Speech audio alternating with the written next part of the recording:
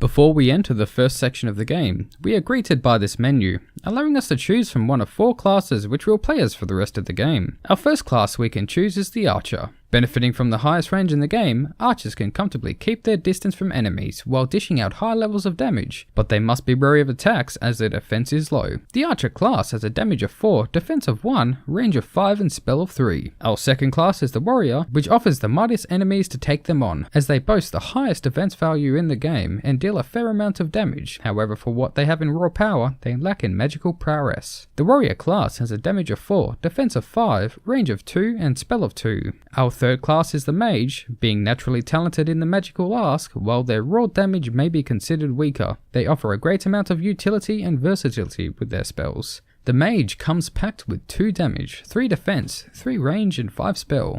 Our fourth and final class is the Assassin, being the deadliest of all classes, exploiting enemies' weak spots to deal massive amounts of damage from the shadows. However, they endanger themselves by having to get extremely close to the enemy. The Assassin has a damage of 5, defense of 4, range of 1 and spell of 3. We are going to be choosing the Mage class, specifically the Dark Wizard, which is the exact same as the normal Mage, except it's reskinned, renamed and just plain awesome. As we first enter the game, we find ourselves in a caravan, and we can hear the gallop of a horse as we travel along.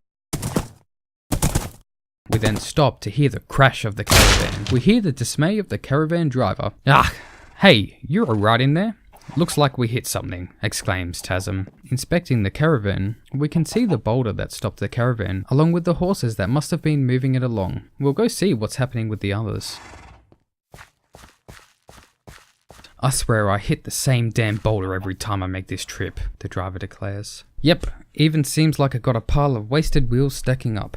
"Does this mean we have to walk all the way to Ragni?" says Tasm. "It's not that far, it's just a straight path from here. If you're ready, let's get moving," Alita responds. We follow Alita's suggestion and start walking down the path without first hitting this crook. We come to this massive door. "Must be the gate marking the border between Fruma and Wynn," says Tasm. Alita, with excitement, responds with, "Yeah, now we can see what Wynn is really like, and find out if the stories are true." Alita then approaches the gate and proceeds to open it. With an amazing animation, the gate creaks open, revealing a lovely sunrise over the entrance of the Wynn province. This is accompanied by the backing music named Epic Wynn, composed by Needler, played on the outskirts of Ragni.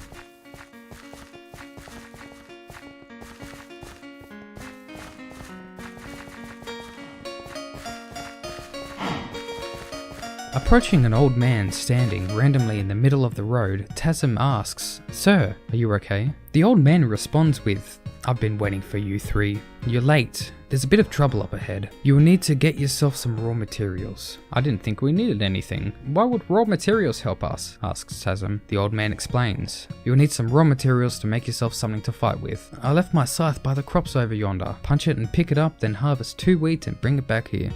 Heading north, we come across the scythe, and we use that to collect the wheat and bring it back to the old man.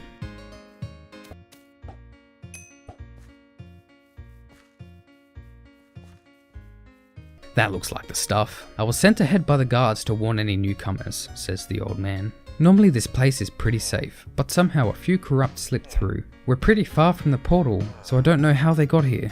They even broke the bridge. I wonder who the corrupt are and what this mysterious portal is." The old man continues, "The guards told me to send you on ahead with that wheat so you can get yourself kitted out. There's a refinery up ahead. You 3 can forge weapons there." Heading towards the bridge to the Ragni castle, we quickly find out that the old man isn't as crazy as we thought, and the bridge was in fact broken. "Wait, stop!"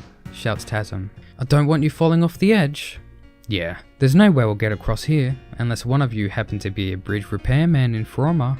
Alita, while worried, realizes, come to think of it, I don't remember. I know this sounds crazy, but I honestly can't remember anything I did back home. "It looks like Mr. Flacco is suffering the same amnesia as well," Tasm responds. "It's a mystery for another day, I suppose. I wonder what happened back then. Maybe it's something to do with this portal they were talking about. For now, let's look for a way across. There's gotta be something we can use to get to the other side," says Alita. Peering over the edge of the bridge, we're stopped by a mysterious border. Maybe we shouldn't jump down. But heading around the other side tells a different story, and let's see what happens if we jumped off. Ouch! Maybe we should just go chop down that tree to the north and stop jumping off bridges. punching the axe placed conveniently on the ground, then hitting the tree then breaks, and with a loud crash, the tree falls down, allowing us to cross. Following the road, we then come up to a guard. "Ah, the new recruits. I'm afraid you won't be able to pass through here yet," exclaims the guard. "Why? What? Why not?" says a leader. "Somehow a bunch of corrupts sieged the underpass. It's not safe to go in unharmed. You three need weapons first. You should be able to use the nearby resources to craft your own." "Fine," says a leader. "I know what to do. Mr. Flacco, Tasm, follow me." While following a leader, northwest, we see this